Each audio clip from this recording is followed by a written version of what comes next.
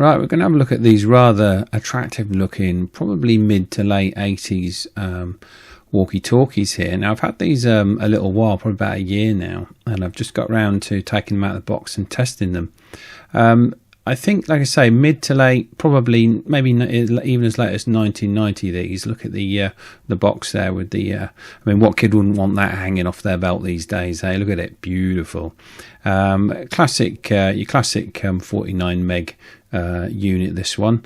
With the ubiquitous Morse code key on the front of it. I mean, the radio probably, although sort of with the kit on the box, styled a bit more like the more powerful CB radios, the 2781 radios at that time. But I really like the look of these, and I'm a sucker for that. So when I go searching for vintage radios on eBay, anything that looks attractive, pretty, or unusual, I'm like a magpie to it. And I hadn't seen these particular ones before.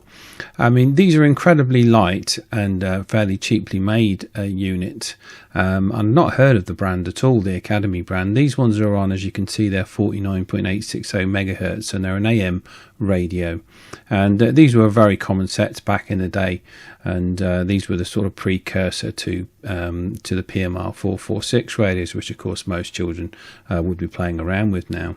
So anyway, I think looking at these radios, these were new old stock, or certainly stock return radios that were faulty from new, possibly, because they are absolutely mint. These really haven't been touched. So I pulled out a set of batteries which I had assumed were good. And one tip before you start to play around with old sets is check your batteries, because these that I thought were good, one definitely wasn't.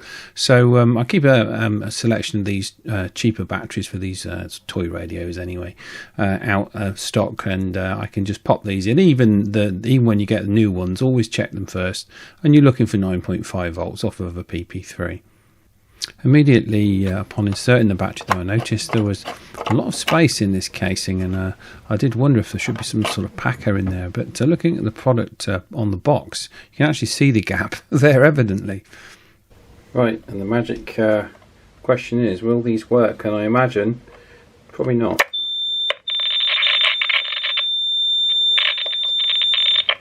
Okay, that to me sounds like the capacitors have gone on these. Let's try the other one. Wouldn't be surprised.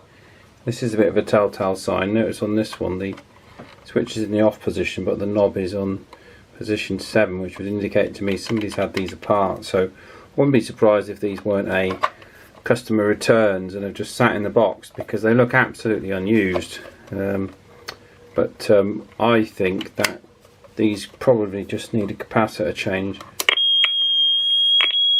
Yeah, this one's doing exactly the same. Let's whip the back off and go through the capacitor drawer and see if changing the capacitors brings these back to life.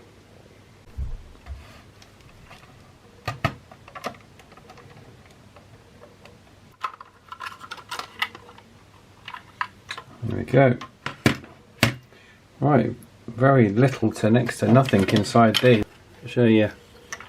It did feel really light inside this. Talk about minimal. Goodness me. I imagine there must be components on the other side of the board. There's your PTT button. I mean, these are incredibly budget, you'd have to say. Okay, crystal, 49.860 meg in there. Transformer, AM, I mean, not very well fitted to the board. No evidence of any leakage off these electrolytics, but in my experience it's more than likely going to be these that need a change. So it's worth half an hour of my time anyway. We'll give it a go. We'll try this one. If it works on this one, we'll do the pair. See how we get on. This is the underside of the board. I've seen a lot worse, but all the flux across the back of this board, very dirty.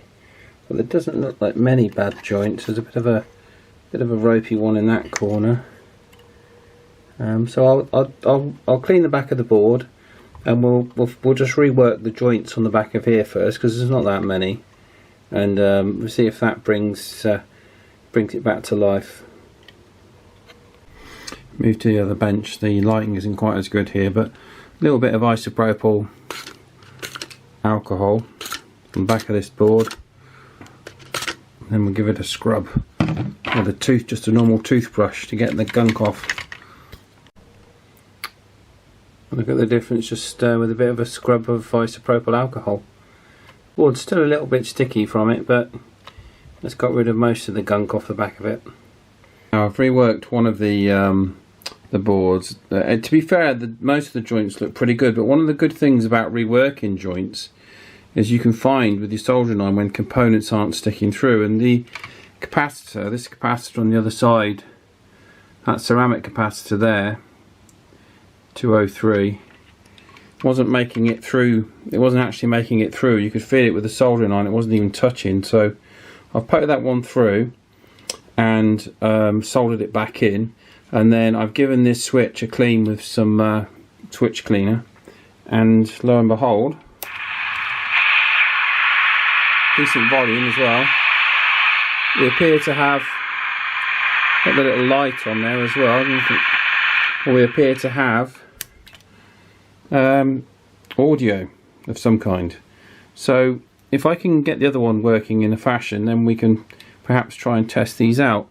I'll just try and do a quick transmit on this with the antenna out to see if I can pick anything up. Right, we've got the Upiteru set to the frequency of the radio, 49.860 AM megahertz, and straight away, as soon as we turn it on, we can pick up the radio. Obviously we're picking up the receive side of the radio on that frequency, but on transmit we're definitely getting something. So there we go. 1 2 1 2. Yeah, we're definitely getting a transmission. So we'll get the other, let's try the Morse key. Actually I need 10 pairs of hands. Hang on a second. There's the Morse key. No, so we're not getting anything off the Morse key. Now this one definitely I'm going to try a bit of reworking, because that's still squared in. So we're going to rework this one with the soldering iron. Yep, so a little bit of reworking. Let's get the battery there. And we're okay. Right, let's get them reassembled and have a play. Right, I'm really pleased with that repair. As with these cheap walkie-talkies, time is money, so I can't spend too long on them, but I'm really pleased we got these working okay. Now this one, the Morse code is working, and on this one it isn't. So when I get 5 minutes I might split that one apart and just check that one to see why that is. We'll just quickly do a field strength test on each one, and then tomorrow when it's daylight we'll take them out. I don't expect we're going to have much range with them, but a bit of fun, we'll take them out and do a quick test. Right, this is just really to see relatively between the two radios what the power is, and on this one we're just over the 10 mark there on the field strength meter, so I don't think it's going to do great things out in the field, but let's just try the other one. Right, and here's the other radio. Let's turn this one on and try this one. So that's about the same. So they are both still on frequency. I'll just do a test. I'll put the radio on the scanner so we can hear what the audio quality sounds like from these two lovely old radios.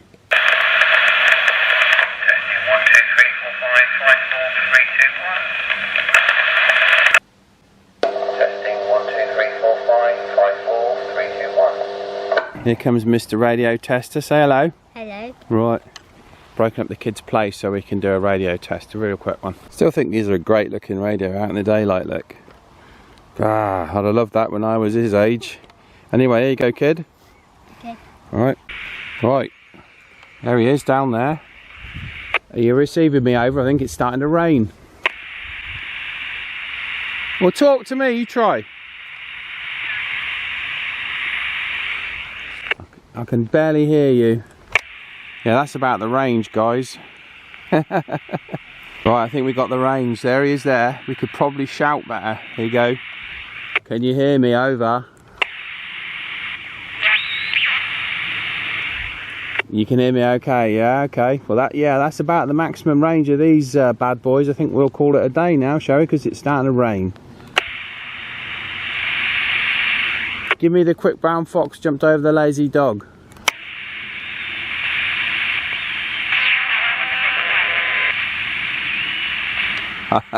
Let's call it a day. I wasn't expecting much in terms of range from these old radios, of course. I didn't buy them for that. I bought them because of what they looked like when they were made, and just because of the unusual styling. I'd never really seen these. I don't remember seeing these back in the day, but of course these were radios aimed mainly at children. But anyway, I thought this was a good video to put up there. If you are, like me, a bit of a collector and people are listing radios as tested and unworking, as they often do, that you can, very often you don't have to have any in-depth knowledge of electronics. Just a brush over with a soldering iron and changing some electrolytic capacitors normally brings, and a bit of switch cleaner normally brings these old sets back into life. Doesn't always, but then when you see the performance of these, I think really you have to just take them for what they are. They're a retro decorative ornament really, rather than a sort of modern day practical radio. So anyway, I hope you've enjoyed that. I've got lots more radios in a box that I need to do this to. So if you do like these videos, please keep watching. I appreciate not everyone does, but I'll get back to doing some more proper radio testing as and when I get some kit in. Right, I wish you 73s. We'll catch you on the next one.